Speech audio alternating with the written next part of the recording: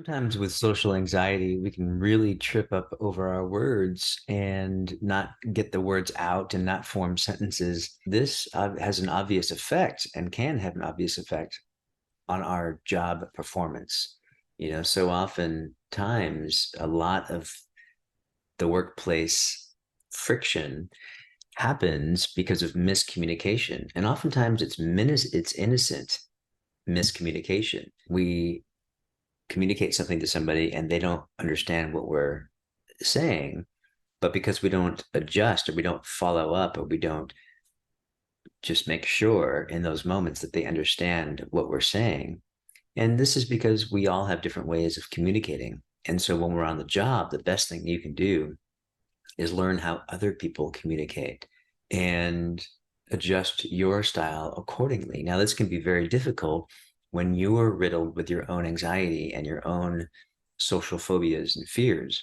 And so, what we can really take a look at is, what am I really afraid of? What am I afraid of in this situation? Because even if you're very anxious at work, my hunch is there are times when you're able to communicate very easily, whether it's with a relative or a friend or in a different context. And so, what's up with that? And what's up with that is we have different thoughts about different situations. Now, with the job and with work and everything else, it's a social dynamic, and we can fall into habitual thinking patterns.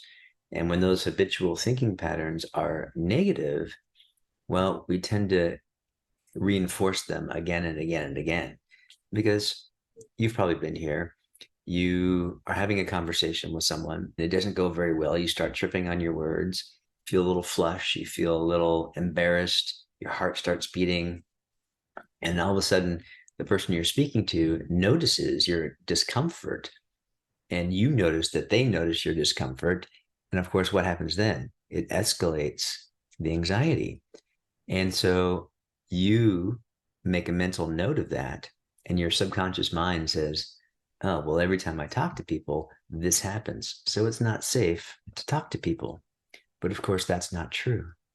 It's not true, is it? Of course, there are situations where it might not be safe to talk to people, but generally speaking, at work and on the job and running a business, whatever it might be for you, speaking to people is relatively safe. And so what we need to take a look at, where has the subconscious taken on this idea that it's not safe? And when we begin to take a step back and we look at the fact that your feelings, whether they're anxious feelings, feelings, whatever it might be, they are reflecting back to you the thoughts that are going through your mind in that very moment. And just seeing that can really do something for you. It can really create a space for you to just not latch on to the feelings, to the emotions. Now, sometimes it's so embedded, it's so ingrained. That's where it can be useful to seek some help. And this is one of the things that I truly enjoy doing is working with people who suffer from anxiety, who suffer from social anxiety, specifically where it's really affecting their livelihood.